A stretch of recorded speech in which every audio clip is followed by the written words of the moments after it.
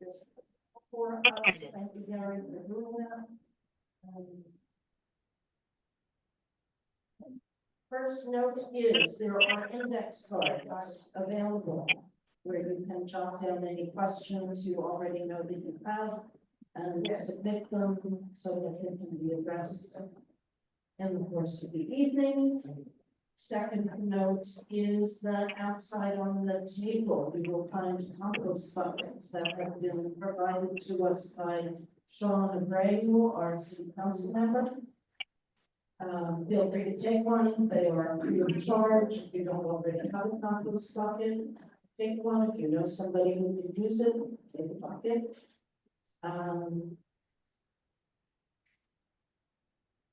Third thing I'd like to say is I'm delighted to see so many unfamiliar faces here because I look at you and I see people who maybe like to get even more involved with the Block Association beyond attending the program. So if you're impressed with what you see tonight, you find it useful, you find it interesting, you find it informative, we'd be happy to have your help. We always like financial contributions, but at this point in our 50 years plus of existence, what we need is support to take on a role. Doesn't have to be a big role, can be a little role, can be a one shot, can be a small time commitment. We're not looking for you to turn your whole life over to us. We just need some change. So that's all I have to say. This is Gary Katz, who has organized our program tonight, and he will take you through the rest of the introductions and the information to follow. Sorry. Unfortunately, online is saying you can't go.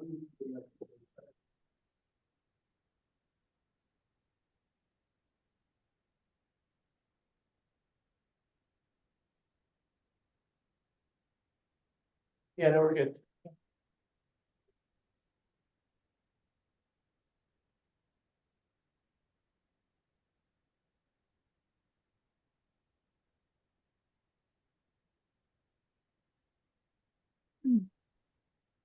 Can you hear me? Yeah, great. Well, first of all, thanks to all of you for coming on this night.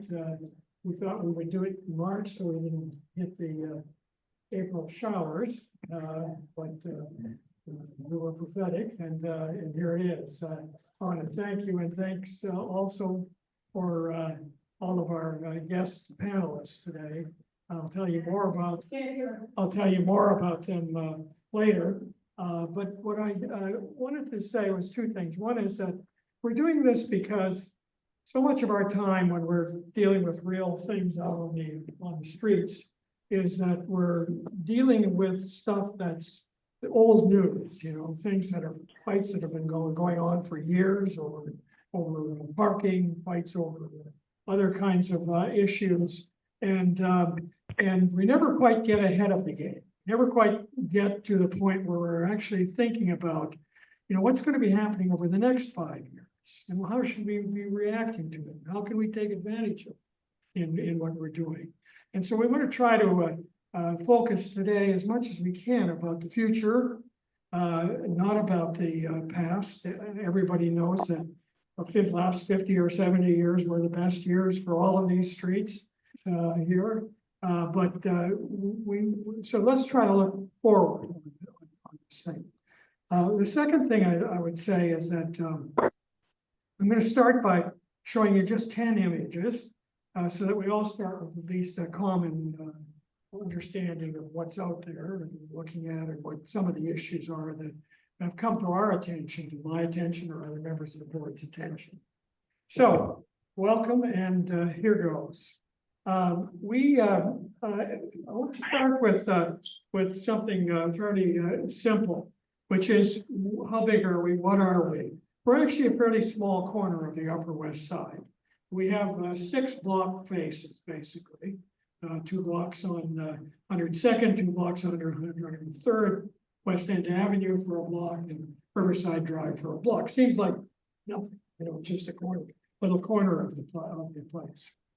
However, what's interesting about it is that in those 4 blocks, there are approximately 2,000 homes. approximately 4,000 people living in these towns. Now, if you go upstate and go to the nice villages and towns that are up there, many of them are even smaller than 4,000 people. So we really have enough of a place that we can actually have much more interaction with each other, much more things could be happening in this area. So if you take the average number of cars per household in this area of the city, there are probably about 540 vehicles owned by the people in these blocks that are in the block association. Next. Oh, wait, sure, sorry, okay. So how many, what does the area look like? Let's see if I can get this thing to work.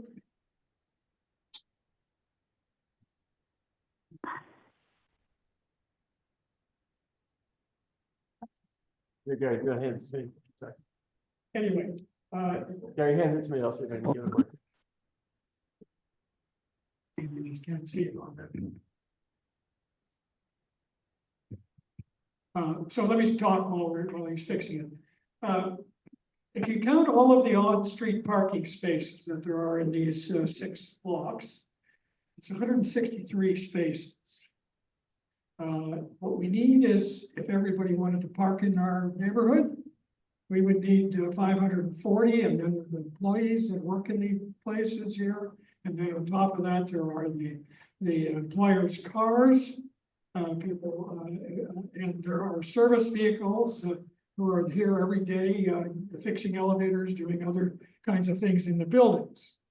And so, and then I would say also that if you look at the existing streets, 15 to 30% of the vehicles on the streets have license plates from out of state. A lot of them from New Jersey, but a lot of them from Connecticut and a lot from Pennsylvania, and quite a few from Florida and a lot of other places. Moreover, they're there a lot of days because I walk around occasionally and the same cars seem to, with license plate seems to be there. So one thing you could say is that if you really wanted to serve those people that were there, only about 8% of the people who are living in this area would be able to park on the streets that we have here. So it's a kind of a lost cause to be debating, only the question of how do we get parking for everybody that's living in the neighborhood on it, and we have to think more creatively. Next. We have a question online where the numbers are from. The numbers of people living here are from we distribute to every household a newsletter every day. The others are averages across the area that we live in. Okay. All right. So a few years ago, a number of the people who live in this neighborhood and people that live in neighborhoods around it cooked up the idea of having a shared street along 133rd Street. 103rd Street is actually a really interesting street because it ends at a park at either end of it, and it also isn't a through street. So it seemed to be one that you could imagine using for public events and other kinds of uses that were not being done on that street. Plans were made for it. There was a great deal of discussion and debate about it. There was a lot of debate about how many cars would be displaced in the course of doing it. And after much debate and after the association endorsed the plan and the board of the Community Board 7 endorsed it, and it has been 2 of the 3 blocks have been implemented until now in a much modified, much smaller and modified way. Next. And so you will see that if you go outside the door here, and if you'll see it on a good day, especially, you'll see people sitting on those great granite blocks that were put there. We've reduced the crossings so that they're safer. We have done other things that, including some very nice planters with trees and other things in them. And the place is actually quite different from what it was 3 or 4 years ago. Next. It's also been a great place to hold events. And there are at least 5 or 6 events that are organized by various groups along here. One of them that's very popular is Barking Day, when you can adopt a dog, and or you can learn things about them and other kinds of things. And so a very large fraction, which I don't have statistics on, people living in the neighborhood, in fact, do have dogs. Next. But there are other things now that we need to contend with. There has been a growing mountain of garbage on the streets. Some of it ordinary stuff that's always been put out in the garbage, now being separated by type. But also huge numbers of cardboard boxes and other things that are the residue of ordering stuff from Amazon and other kinds of people that deliver it by mail to us.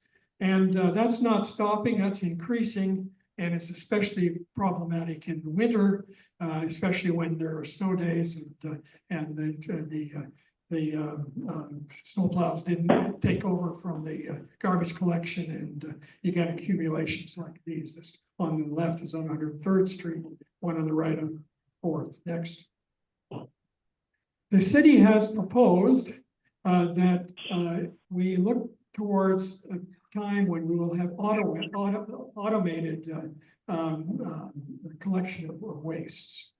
And the idea is that small buildings would have the small buckets that you see there. And in fact, it's been mandated now, and many of our townhouses are actually using those to store their garbage in waiting for the day when they put it out on the curb. But there's also a proposal that some of the curb space be allocated to shared containers, fairly large ones. And in fact, I think the analysis that I've seen on this is that even though you could do probably 2 or 3 shared containers where one car parks today, that's still not anywhere near enough to be able to handle all of the garbage that's being generated by the buildings on the opposite side of it. So what's the issue there? What are we going to do as this thing continues to grow in our problems? Next. Well, I also know what the issues are in terms of deliveries. The fact that it's a 2-step process. A big truck delivers a bunch of things to a location, they sort them out and then give them to people to deliver them to your house or your shop or other kinds of places. It means that streets like West End Avenue are mostly double parked during especially the afternoon hours of the week on it. But also, what are we going to do when we start seeing automated delivery systems? Where will they stop? Where will they leave their stuff, etc. So we have to begin rethinking the whole issue of how do we handle the deliveries, receiving that are being received by people. Not every place has a doorman. There's going to be an issue about where the stuff goes, etc. Next. We also have to start thinking about how to adapt the streets for new mobilities. I see a lot of cars on the streets that are electric cars. I don't see any electric chargers in our area. In fact, the closest one's probably about 6 or 7 blocks away from here on it. We have some responsibility to worry about that. We also, same is true with bicycles. Now it's true that the rental bike electric vehicles have their own charging stations, but most of our apartments won't let electric vehicles inside them. So we have both a parking and also a charging issue for those. We have issues of small vehicles, an increasing number of them. Many cities are looking at the issue of how they could actually take certain parts of the street and reserve them for small vehicles so that they get preference and encourage people to use them. We will have auto drive taxis, no driver taxis. Where are they gonna wait for a person when they're picking them up? We're gonna have at some point buses, electric buses that have no drivers. Where do they stop and pick up people? Where do people wait for them? These are all new issues that we're gonna have to face up. Next. And this is the last image. We also have to figure out how to maintain the streets. Now, this picture is a little deceptive. On the left-hand side, what you see is a row of double parked cars. Any of you that live here probably know what that is. That means that people are waiting there for the sweeper to come through the street, and then as soon as he passes by them, these people here, they get in behind him and get all the spaces that he's sweeping along in the next block. That's okay if you have the time of an hour or two to wait in that, but not everybody has that kind of an option on it. And besides which, on the right-hand side, there are 3 cars sitting there. Not the front one, that's the guy idling, but the people behind him are sitting there. The cars are sitting there with 2 tickets on them, and they're not going to move.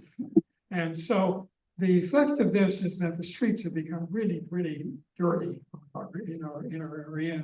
And as a result, our board and we've joined forces with a number of other organizations, with the Love Streets program, with the Mount Sinai halfway house people, with the 102, 103 Amsterdam team bid, and a number of other groups, volunteers from our groups, and et cetera. And every Tuesday afternoon at 4:30, that group gets together and they make it through every street, cleaning up everything that's left there. Tuesday hours, big day for picking up garbage, so they're getting what's left over on that.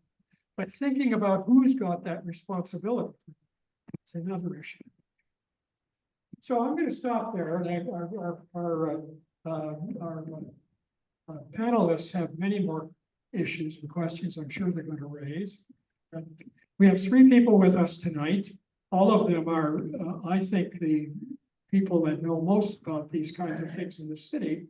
Sam Schwartz was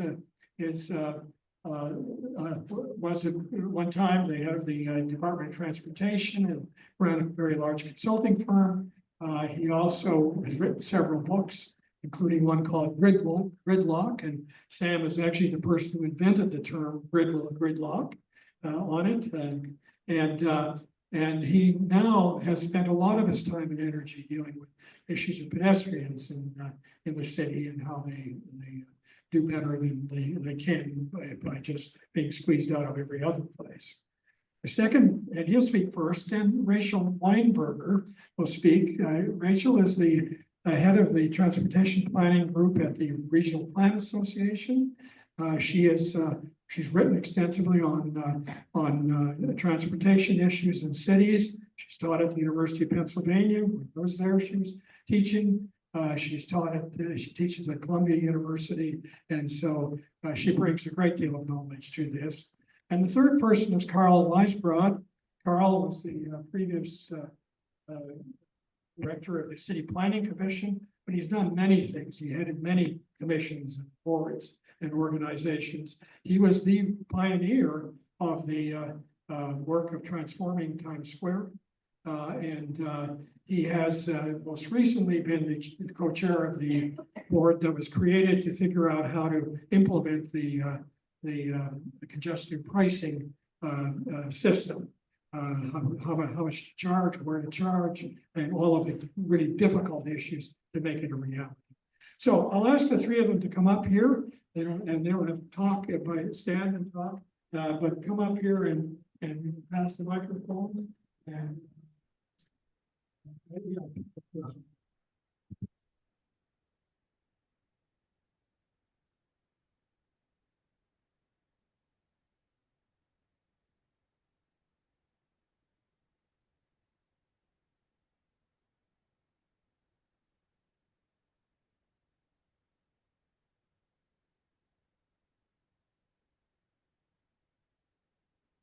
Thank you very much. I'm delighted to be here. Whoops, I just got a text from the police department. Whoever parked an orange couch in the truck loading zone on Broadway, would you move your orange couch? Hey, Sam, that's my couch. And goddamn, move your goddamn couch. Block, yeah. All right, so yes, he's a shill. To make the point, you know, we leave millions of dollars. What Gary didn't say is millions of dollars of our items are being stored on those streets. I mean, and at one time that was crazy. It was as crazy as leaving a couch on the street. And I know Gary said, let's look forward. I did do a little looking back because many years ago, I was the traffic commissioner, and people came up to me after I towed their cars, and they said, the right to park is written in the Constitution. And I looked, the 10 Commandments, right? Rachel has an 11th commandment. And I looked, I couldn't find it there. And I looked, and we followed British law. And the earliest thing I found was in 1812, Lord Chief Justice Ellenborough, we all remember Ellenborough. He talked about this man who had the nerve to leave a stagecoach overnight, said the King's Highway is not to be used as a stable yard. Even the right of a property owner to park in front of his own property, use the word park, is subject to reasonable regulation. So it goes back at least to 1812. In the New York Times in 1933, overnight parking was banned in New York City with the arrival of the automobile. We didn't allow it. And a judge in New York in Manhattan Court said there was a man who parked and left his car there. He said, a man with your nerve would buy a portable bungalow, put it up in the street, and live there rent-free. So maybe we'll get some ideas for that. But then he went on, and I don't understand this one. What would you think? The man who wore a full dress suit and tan shoes. I don't know what that's all about, but we'd have to go back nearly 100 years. Overnight parking was finally legalized in 1950 in New York, and I think that was a mistake. Now, I know that part of the interest here is on residential parking permits. I want to tell you the first time that I heard residential parking permits, I was traffic commissioner. It was the 1980s, a long, long time ago. And a group came to see me and they wanted residential parking permit. But underlying that group was they wanted to keep them out of their neighborhood. Meaning Black people were parking in a white neighborhood and they wanted to keep them out. So that's kind of the origin, and it always left a bad taste in my mouth. But if there's going to be an argument for residential parking permit, I don't know if there's Richard Robbins. Richard Robbins wrote, you were quoted somewhere, and I took your quote, and I thought it was the best reason for you quoted in Streets Blog for residential parking permits. He said it's worth trying, if only because it would force people to register their car and pay insurance in the city when a good percentage of the cars parked are out of state plates. And I absolutely agree with that. There's a lot of parking by people that are disobeying the law.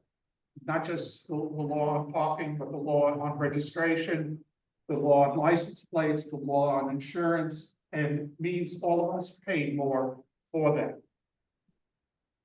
There's also a pretty good article, the New York Times summarized an exhibit, the New York Historical Society, which is right here on the Upper West Side at 77th Street, Central Park West. And it was called Streetscapes Cars, when streets were vehicles for traffic, not parking. And a little quote from that article. And the writer looked at some of the photos from the 1920s and 1930s and said what he noticed was the sidewalks were much wider, making the pedestrian route a real boulevard rather than a little escape ledge. I love that, a little escape ledge. And over the years, I've been collecting how many places in New York City did we widen roadways and narrow sidewalks. Fifth Avenue, the heart of Fifth Avenue. Park Avenue was once a park. literally a park. And we tore it up to make room for automobiles. He goes on to say they're wide enough to have large planted areas, 10 feet wide and 40 feet long. Imagine how many more trees we could have if we had a different attitude towards how we use the street. Most of the wide cross streets were special park streets under the care of the Department of Parks. I'm going to close with a recommendation and partly to go forward, as Gary wanted us to do. And ask yourself, who's in charge of the streets? If something's wrong. Is it the police department? Is it the DOT? Is it the state? Who's in charge? I could tell you that in the 1980s, I was in charge. There was a position called traffic commissioner. And if something happened on the streets, I took care of it. I ticketed, I towed my colleagues. First time I met Rudy Giuliani was after towing a couple of his agents' cars. My agents at that time sometimes were cuffed by the police. They all worked under the Department of Transportation. We need to put traffic enforcement, parking enforcement back where it belongs in the DOT. We need to appoint a traffic commissioner who has backbone. I'm not applying for the job. I've done my term, so don't expect me to apply for it. But none of the nonsense that you're seeing with plates, the TBTA, the MTA, they're catching people when they're traveling or they set up these roadblocks. You know what? You can catch them when they're parked. It's so easy to see cars that have the face plates out there, those plates, other things. You need a traffic commissioner. You need one person that says it's my job. Now, nobody. The police don't care because they've got crime to fight. And DOT says, hey, we can't do it. The police aren't doing their job on it. We should end placard parking. Anyone that gets a placard, it should be reported to the IRS. And let's see how long they keep their placard. But right now in the city of New York, if you are friends with a friend who has a friend who works for the city or the fire department or the police department, you're entitled to a placard where you just scribble on it and people will leave you alone. And there are things in the city called no-hit zones where the police, the fire, other civil servants can all park for free. Now, I'll just close with telling you about the best attended session of the United Nations General Assembly.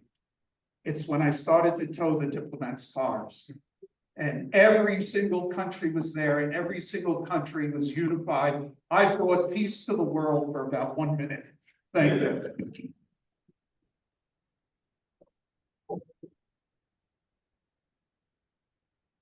Sam, you are such a rebel officer. I don't know about getting reported to the IRS. I don't know if we have an IRS anymore. So Gary invited me to talk about a very open-ended question, and he presented a lot of really good, interesting ideas. And I will say, one of the things that stands out to me about Sam's comments and Gary's comments, that in all of them, there's still an implicit assumption that streets are for cars and that curbs are for parking. And so the question of how many parking spaces were displaced when you converted 103rd Street to a shared street, did somebody ask at a different time how many play areas were displaced? Or how about the beautiful reflecting pond at John F. Kennedy Airport when it was idlewild in order to add more parking? Or how about any number of other street amenities that we might have had? And our streets for people to gather, our streets for goods to move, our streets for, so we really have, I think, a really interesting set of questions to ask before we start talking about how do we solve this particular problem or that particular problem, or how the streets don't get swept, or whether placards are a good idea or a bad idea. But really, so before we go there at all, so who are the streets for? What are they for? How can they be used? So I did come ready to engage in a robust discussion with everybody. And I just want to sort of put that question out there. And I want you all to think about how you use the streets and whether what you think the best use of the street is changes or not, depending on which of your own life cycle stages you are in or have been in. And I'm gonna just let Carl say what he's got to say, and then I'm really looking forward to answering some interesting questions and posing even more interesting questions. And maybe we don't leave with any answers, but maybe we leave with some better questions. Thank you, Rachel, and thank you, Sam. I'm glad you set it up, Sam, that parking on the street is not a given constitutional right that's up there with the First Amendment. And I think the good news, sorry, I suggest one thing, to secure our street. We have the National Guard and more police. more police, and I agree with you. Our street is there. Well, let him talk. We're gonna have questions later. And I certainly agree with Sam that enforcement is gonna be crucial to anything that we do, and I think the good news, at least from my perspective, is that the policy trend after years and years and years of in essence, being receptive to parking on the streets, the policy trend in the city for a whole bunch of reasons is to restrict further and further and further street parking. There's a lot of competition for our streets. Gary mentioned some, let me just mention several others, and they're all more desirable than private car parking, bus lanes, bicycle lanes, sidewalk cafes, pedestrian space, wider sidewalks, a whole host of issues regarding deliveries that Gary mentioned. And increasingly what the city is doing is not approving or not requiring more parking for new development, not requiring garages for new development.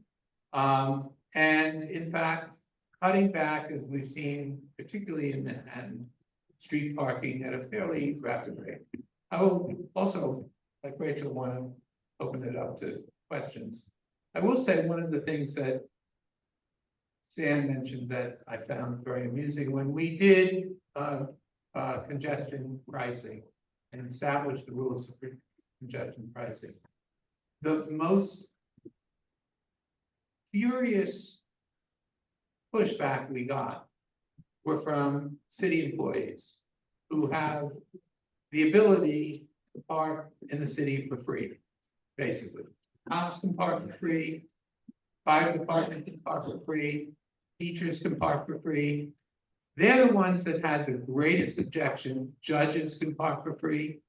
The judges came in to complain to me and to others that they desperately needed their ability to drive to work because God forbid they should run into a litigant on the subway. And true. And yet they park for free too. I will say my wife is a retired judge, took the subway every day for 30 years. She did run into a litigant once or twice, but she survived and she's still alive and life goes on. I do want to mention one thing about residential, two things about residential parking permits.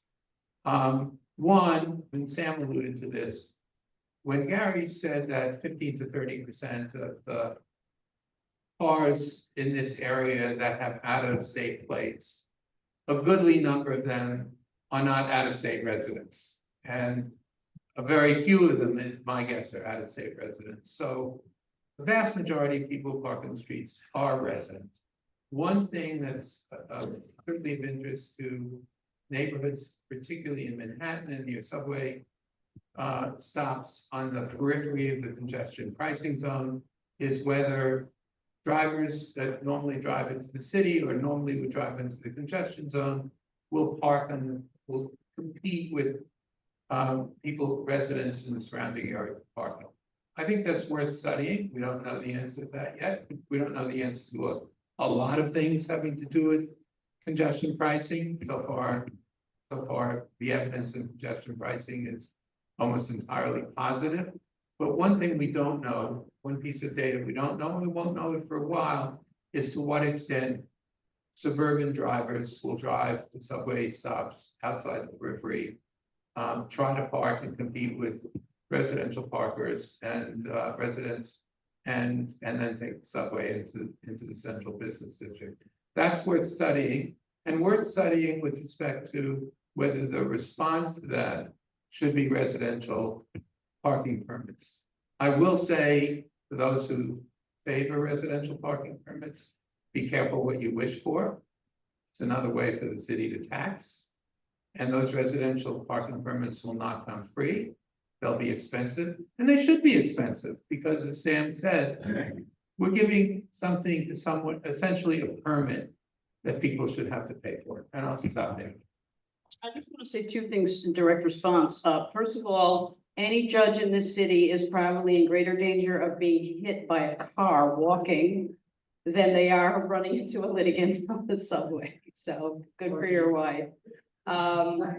The other thing, I just want to talk about this boundary question and what sort of study and attention it needs. The boundary question being, will people drive to the boundary of the congestion relief zone and park in order to avoid paying the congestion fee?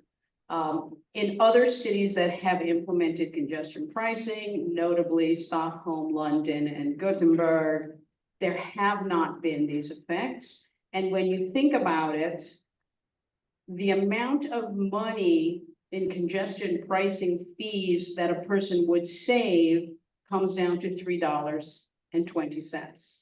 So by the time you spent an hour looking for a parking place somewhere else near the zone, and then got on the subway to go to your destination, and then got on the subway to come back to your car, you spent $5.80 of the $9 fee just on your subway. And if you're going to get on the subway anyway, you might as well just leave your car at home and get on the subway from there. So there's a real question as to whether, I was speaking to somebody who's in this room now earlier today, I think only George Costanza from Seinfeld is going to do that, but it's still definitely worth keeping an eye on. Do is ask you to pass, if you have questions, pass them over to Eddie. She's gonna bring them over here, and we're gonna start going through them and asking our panelists to offer their views on them. While that's happening, you guys. So I'm not gonna hog the microphone, but Gary mentioned that there were 540 cars owned by people in this 4-block area. Is that right? Yeah.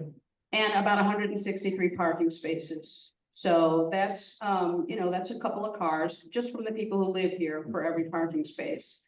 And that's, I think the idea, I don't want to give into the premise that residential permit parking is the topic of the evening, although there's been a lot of talk about it. But the idea for residential permit parking in people's minds who are advocating for it is that it would make it easier for them to park at the expense of other people who are currently parking. If it was easier to park, then more people would get a car. That's sort of your basic economics. So when you're looking for defining a need for parking of 540 spaces for the residents, plus some number for people who work here and so forth, that number fluctuates with the difficulty or ease with which you find parking or pay for it. While we're waiting, I just would add one other thing. And again, to broaden this beyond parking.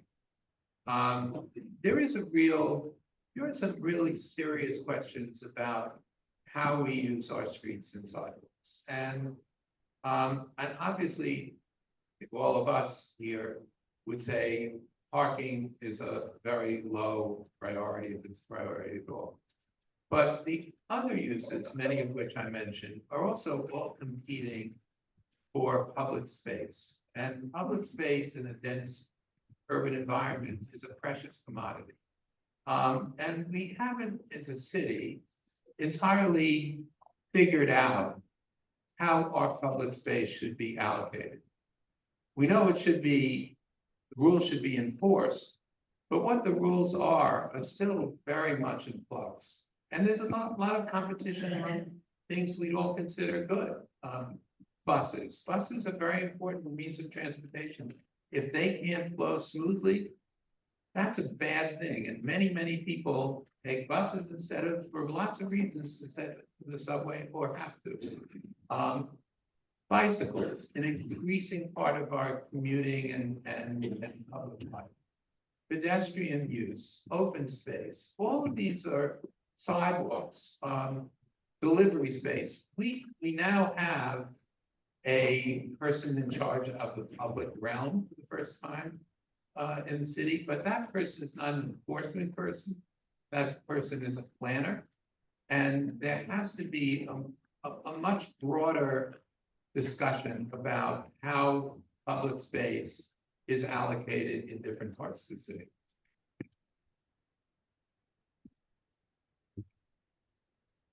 Okay, so there are most of the things on these cards are opinions that have offered.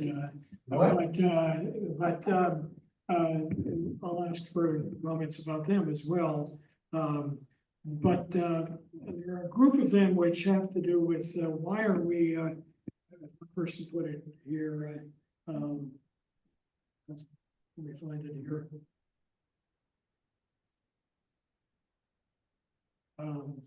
Why are we subsidizing anybody to use the streets for parking? Shouldn't we be putting our efforts into improving mass transit and not worrying about whether people can find parking spaces? There are several comments on this one on the unsanitary, filthy condition of 103rd between Broadway and West End Avenue because the street sweepers machines are blocked, and how can it get rectified? It lowers my property value on it. Let's talk about the issue of what's the equity? Who has a right, if we have these parking spaces sitting there, who has the right to use them? Does anybody have preferential rights over that? Should we in any way differentiate whether people are more entitled than others? Yeah, I think so. And I think we should have a hierarchy. And at the very top of that hierarchy are pedestrians. Walkers are the kings and queens of the street space, and we should recognize that. Storage of cars, as you saw, was prohibited until 1950. Somebody said that we shouldn't subsidize people for the storage of their cars. Yeah, we should, price it accordingly, and there is an appropriate price. Now, by taking these streets that you're mentioning on the Upper West Side, which are, I think, curb to curb, roughly 30 feet to 34 feet. And when there's an emergency vehicle, they often cannot get through. And you saw pictures of double parking with cars parked on the other side. So I think health and welfare and safety go way ahead of the use of the need for a car to be parked, especially overnight. We saw what happened with some parking by fire hydrants, and you have that here on the west side as well. People can't find a parking spot, they park by a fire hydrant. But I'd like to talk about another study that I did when I was traffic commissioner, and it was looking at places where the teachers were parking adjacent to schools. And I found every year, 100 children were hit by cars darting out between teachers parking. And I prohibited the teachers parking in school after school, including my kids' school, and it affected their grades. No, I'm just kidding.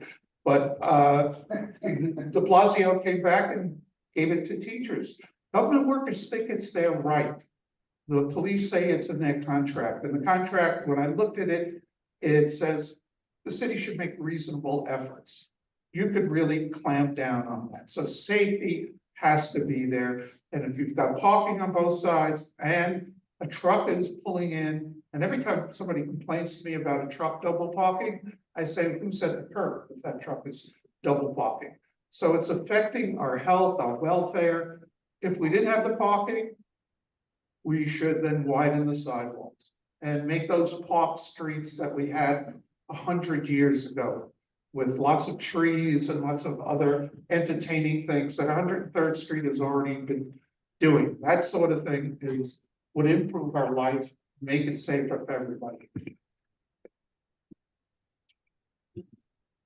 So I think all of us certainly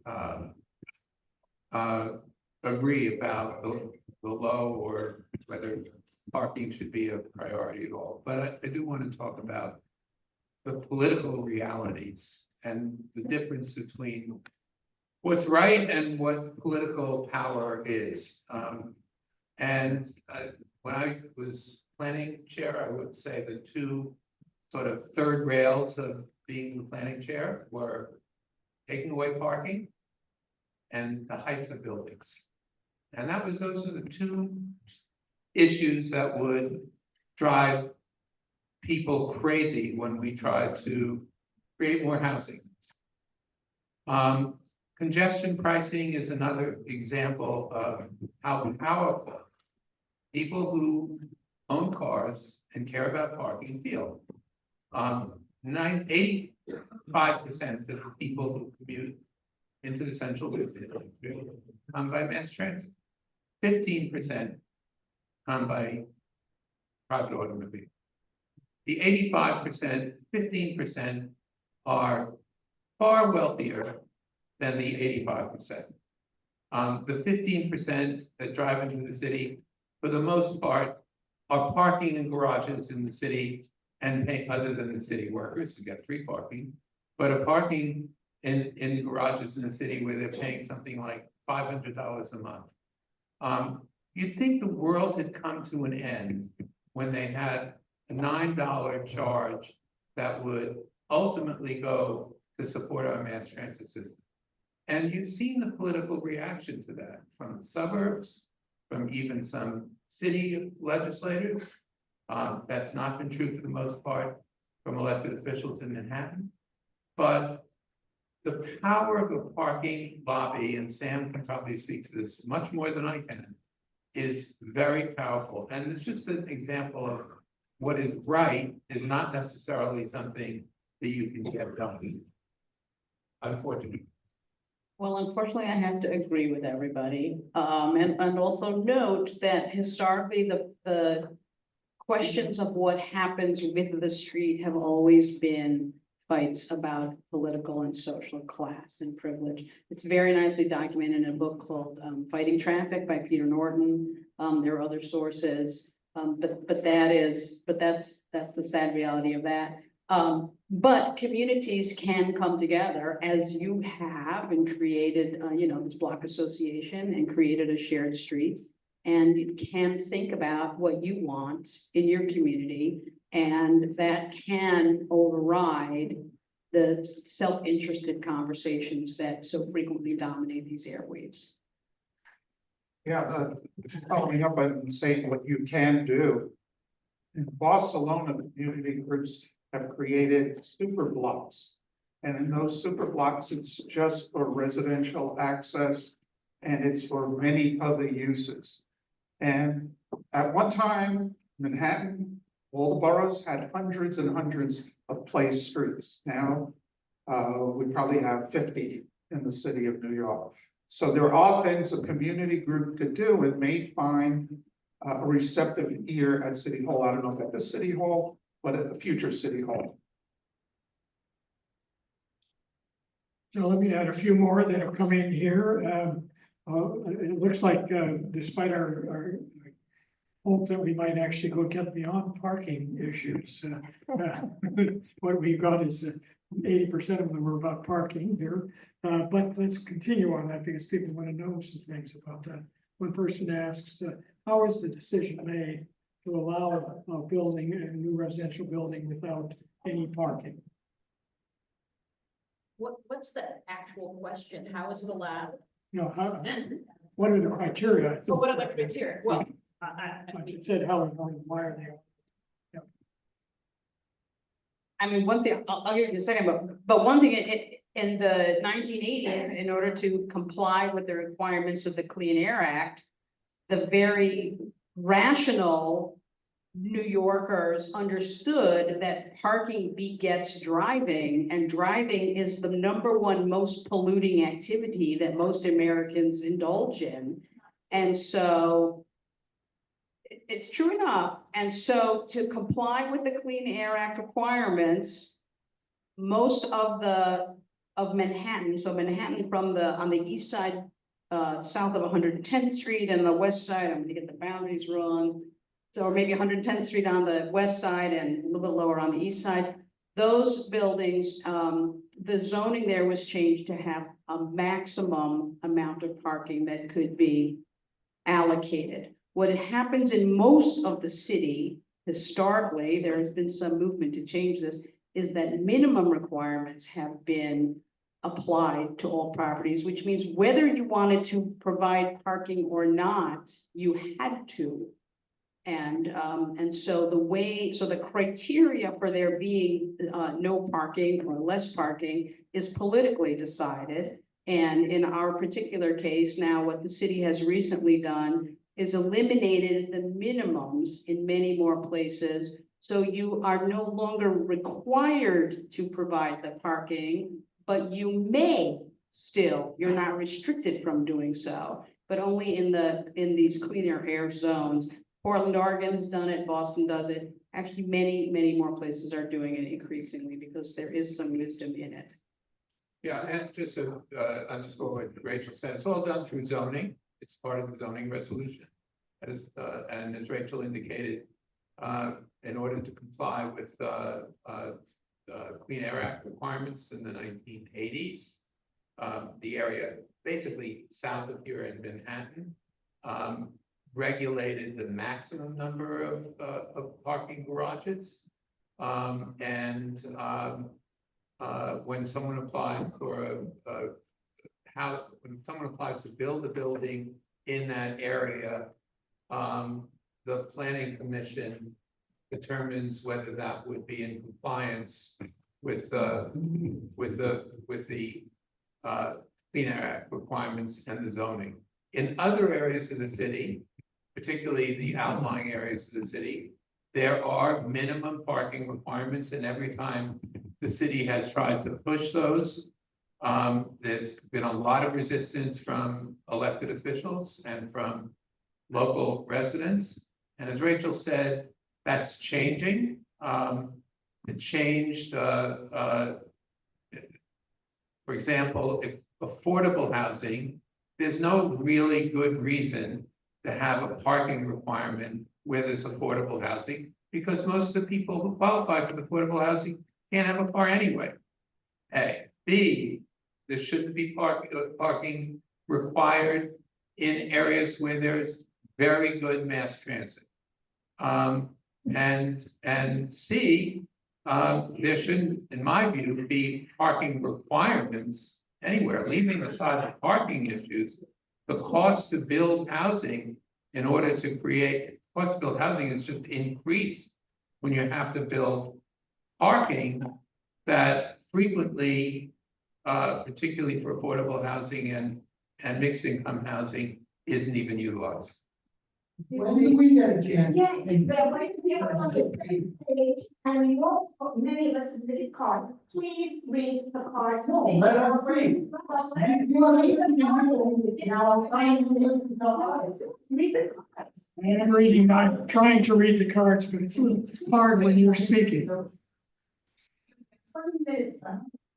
So let me take this card. Someone asked about street trees and how we can do better on them. Parks should put in tree guards around every street tree when they plant them. Second, we need a public education program on the damage that people cause on trees by allowing their dogs to urinate on the around the trunks on it. How can we better manage the street trees that we have and find room for more street trees on the blocks there? A resource allocation program.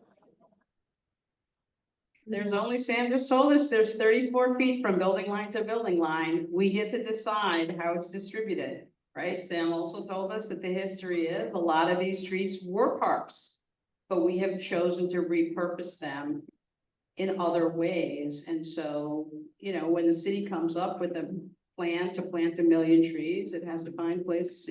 The problem with people and their dogs is a whole other problem. I've never been able to train a dog to use the lavatory in my. I do see people have trained their dogs to urinate in what actually is air vents for the subway, thinking that they're gutters. And so there's like a whole problem with that in the city, but I welcome your ideas on that topic. The building was built in 1915, now you're talking about putting trees? We have a couple of trees. It's called Riverside Drive Farm. Trees. Trees. Can I want to ask a question that is in some of these, and there's also something that's been discussed, I know, among a number of people in the room here. Most cities in the country have, in fact, instituted some kind of a parking permit system, which gives preference to people who are local. Most of that is being done in areas which are not at the densities that we have here. And so there's much closer correlation between the number of spaces and the number of apartments that there are out there. So that kind of a solution, which is in Boston, in Chicago, and in other kinds of places, is not likely to really work in an area like we have here. Some people, and including a wonderful transportation planner who passed away just a few months ago, Donald Shoup, have proposed that we not think of doing a permit system, but doing instead a kind of street management system. And so that we give over to our streets to an entity, in the same way that bids have taken over the responsibility in commercial areas, but give it over to an entity who is responsible for making the best use of the streets as they can, and also doing the maintenance of the streets. So they would probably charge people for a hunting license for looking for a parking space and use that revenue for cleaning the streets. They would deal with the issue of getting people's cars towed if they don't have permits or licenses or other kinds of things like that. What about that kind of a system? I realize this is a system that also would require state approval, as any of these kinds of things do, but it may be a more appropriate system for a higher density area like this. Yeah, over the years, when I was in city government, people approached me to monetize the street and to do all those things. Chicago got a $1 billion to a company called Laz Parking to take over all their parking meters for 75 years. The city of Chicago cannot do what it wants to do on its own curb spaces because it's in violation of that agreement. So if there was an agreement, it'd have to be crafted carefully. And remember, the private sector is interested in maximizing revenue. And you maximize revenue in parking enforcement by towing away the low-hanging fruit. So the police department that had the tow pound before I had the tow pound and now has the tow pound again, what they would do is not tow the cars that were blocking bus lanes, not tow the cars that were in the heart of Midtown Manhattan causing traffic congestion. They would tow alternate side parkers on the Upper West Side, Upper East Side, because they're sitting ducks. It's very easy if you want to get the numbers. So there has to be a value given. A car towed in Midtown is worth 50 points, one on the Upper West Side, 1 point. Otherwise, I don't have a lot of trust in the people that want to take our streets and make a fortune. They will give you $1 billion or $5 billion or $10 billion to start for a 75-year agreement to own our streets. I'd be very wary. Excuse me, are you going to allow us to speak? We've been sitting here for an hour and 10 minutes, listening to your opinions, but you have not given us the courtesy to express ourselves. And if you're not going to let us speak, we can leave. Why would we have this meeting? Right. This is not a meeting, this is a lecture. In the invitation to come to the meeting, we said we would take questions on cards that people offer. No, you did not. No. It didn't say on the card. I put a card in. Your bill is not ours. I put a card in that said, I would like to address your comments. How are you gonna reply to that when you haven't heard my comments? Well, wait, My question is on the phone. I mean, I want to apply this in three parts.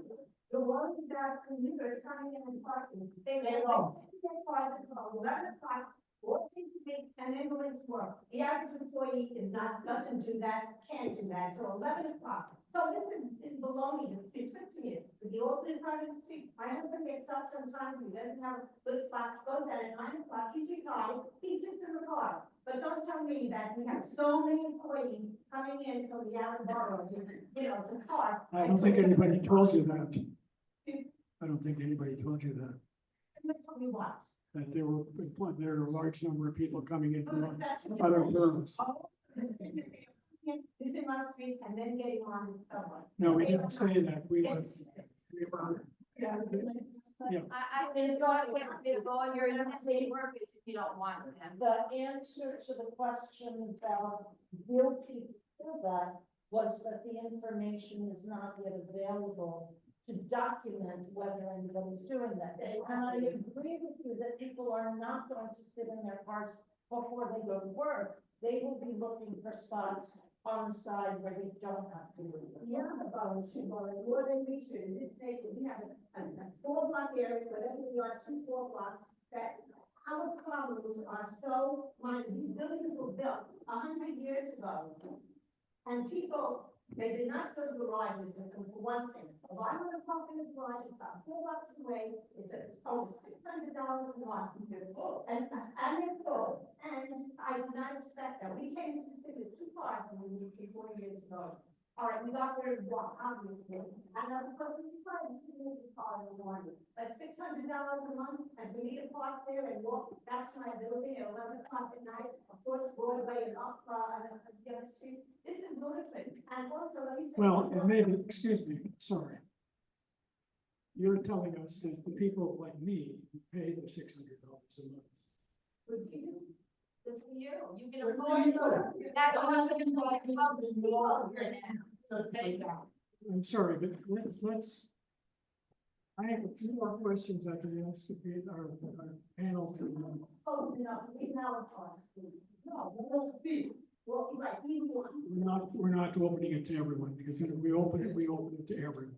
Why not? Why not? Because- We will, and me, I discussed with us. Sorry, but that's not the way we organize this meeting. It's not the conversation. Your case, right, when you're not asking us about our reality. So, I'm sorry, but.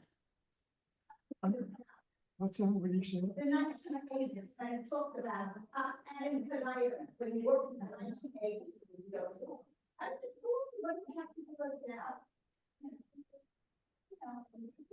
Let me take a poll around here. How do people feel? How many people should feel that we should continue to use the questions that came in by cards? How many people feel that we should just open it to open questions?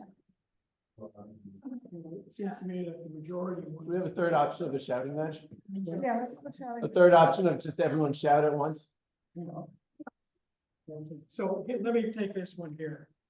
So much wasted space in the city, why not create multi-floor parking units? Some people find it unnecessary to drive. Many elderly have dogs and bags and mobility issues. How do we get around? Can I also just read one that came in from Zoom? Enforce the write a card rule. She is disrupting the meeting.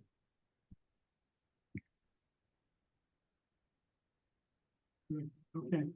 So what about the business of providing a bill of trying to actually get some parking structures that that in fact do pick up some of the slack on the in this area?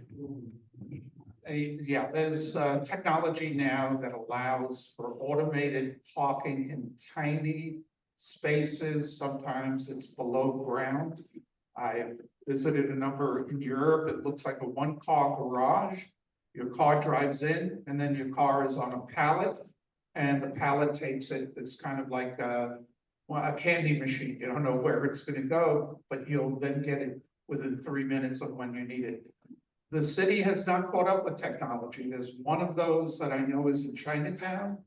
And I think there's one in a very rich area, and Paul seems to know one of them. There's a couple when I was, what Sam was talking about, automated garages that have been approved in Chelsea, the planning commission. I don't know whether the buildings are completed yet, but they do allow parking more efficiently. One thing I would just say in response to the question of why not build vertical parking garages, and Sam can speak to when the city ran parking garages. But you know, we are competing for space in the city, and its question is, do we take space for parking garages, or do we take space for housing when we have 1 million apartments short? Want to clarify one thing. I think I was misunderstood to have said that carbon emissions come from cars, which the woman in the black said correctly. More carbon emissions come from buildings than from cars, but I said pollution. So I just want to clarify that for you. So that's volatile organic gases, that's carbon monoxide, not carbon dioxide. There are 6 criteria pollutants, they're called, that are legally enforced since the early 90s, since before we started talking about greenhouse gas emissions. There's particulate matter that causes asthma. Those are pollutants. That is what I'm talking about. So the car is a very big emitter of those kinds of things. So the question now then of what can we do and what technology solutions are there that we can cram more parking spaces into the city? We can put a lot more parking spaces into the city. If we put more parking spaces into the city, we will have more people driving on the city streets.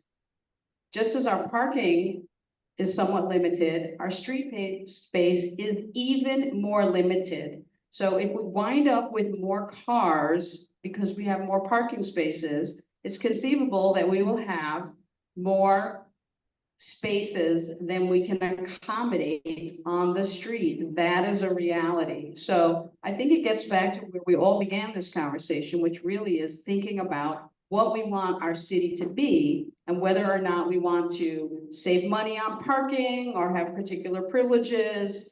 But as long as we continue to keep the focus on our convenience, then I think we don't make very much progress. Yeah, just a slight disagreement there. If you have finite amount of parking and you make that parking disappear in one of these automated garages, which has been done in loads of European cities, streets that once were filled with cars now are places for people to walk, to enjoy, and the car disappears. The technology is that good. You may have X cars to begin with, and you'll still have X cars afterwards, so you're not encouraging any more driving. You limit the number of Yes, spaces. yeah, you limit the number of spaces. That's what they So do. generally, what I've seen in, Streets. yeah, Put a small street space, take away a lot. exactly, Yes. exactly. You cap it that way, Yep. but it's not more parking. No, no. not You more. still have this same conversation that we're having here. You're parking in my space. A couple more questions. I think these have come in by the Zoom. What would it cost to put in meters?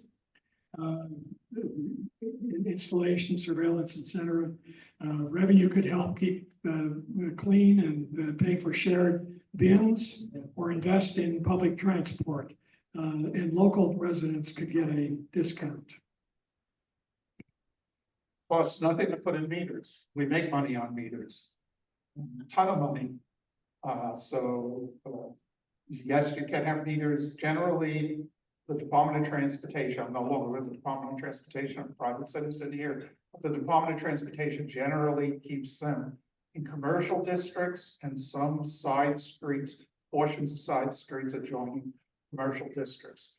But as Gary mentioned, on Shoot said we should really be pricing parking appropriately. So metered parking, and yes, maybe there's a residential pass that allows you to activate the meter. We have half fares on subways. It could be half fares for residents or something like that. But I go back to what I said in the opening. There's no one in charge of our streets.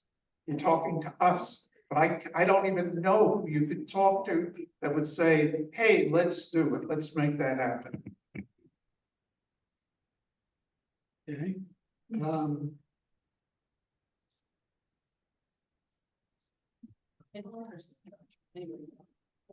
going to go back to the issue that I had raised before, but because in fact, I think actually, Sam, you saw it a little differently than I did. It could actually, if you started a process where it was nonprofits that were managing the streets, not private enterprises that were managing the streets. You could then actually make investments in other kinds of things. You could create a little swimming pool for the children on one of the blocks out of the revenues that you get from the other uses, et cetera. Would that change the situation? I ran the largest business improvement district in the city. And business improvement districts can do certain things very well. Enforcement is not one of them. And the only way that the streets can be managed, just going back to what Sam said, is through enforcement. And bids don't have that power and shouldn't have that power. And that's a municipal power, in my view, that the city really has. And one thing I'd like to add, even with the city in charge, nearly everybody that was involved in the parking program in the 1980s was arrested, indicted, convicted. The reason I got to be commissioner is because everybody else was in jail. So it'll be tougher. It's a tough business for a not-for-profit to get into. Yeah, we're getting to the end of our time here. Why do so many people who complain about the shortage of parking take 1.5 spots when they park by leaving lots of space behind in cars? As I said, many of these are points of view rather than. I'll read a few.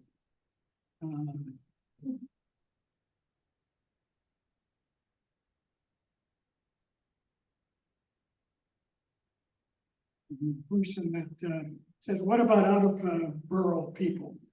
I drive from the suburbs to my city apartment regularly. I've been paying maintenance without the benefit of abatement for decades. Why don't I get a permit for parking there?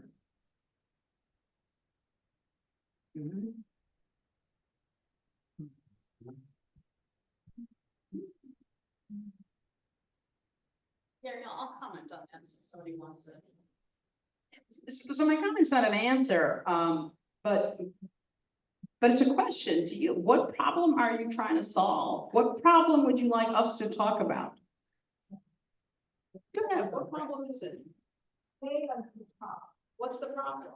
You gave us the problem, the street, these two streets, you took away parking for frivolous, I don't know, planters in the garbage in the street that's collected. So what is the problem? The streets are filthy. That's the problem. The streets are waiting for. And the lovely stones, they want to They get block on all traffic. resident streets. Emergency vehicles can't get through. It's a filthy, dirty, dust collecting area. It serves no purpose to the people that live here. It's your idea in the cloud, not reality. And it's not to be contrary, it's 170 period. discussing, all the other issues that face the city. So that's fine. So this is not a political meeting. None of us is empowered to have Major Street the way it is or the way that it isn't. If the problem is that the street is dirty, I think that Gary said that there's an organized effort to keep the streets clean. Once we move, You don't know what's happening. Do you all live here? I want to know before. Do you all live here? I do not. Live here. Yes, no. So they don't live. For a group that always wants to have something to say, I've heard those things about 5 or 6 times. I know where I live. But I believe that. I'm assuming. that- Well, they don't need to know where I live. I live in, In this neighborhood association area, yes or no? I do. I live at the corner of 103rd and West Street. I'm sorry. If you don't want expertise that is from other places, then you shouldn't have come.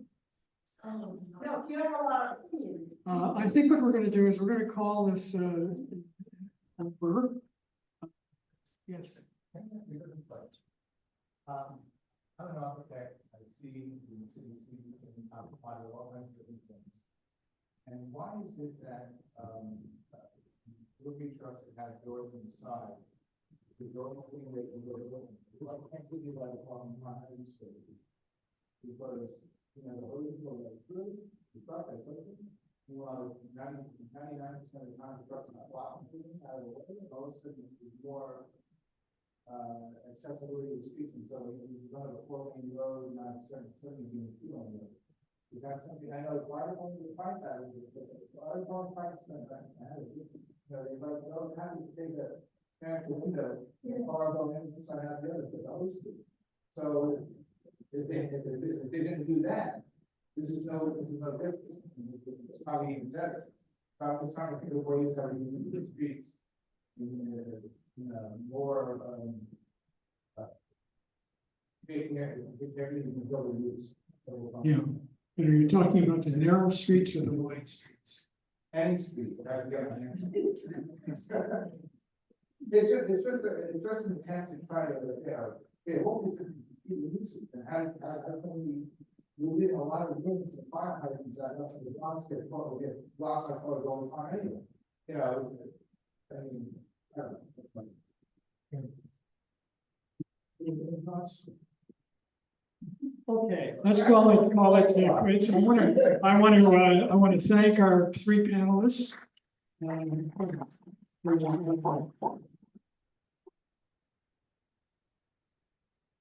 all of you for coming and offering opinions and questions on this, and let me turn it over to him.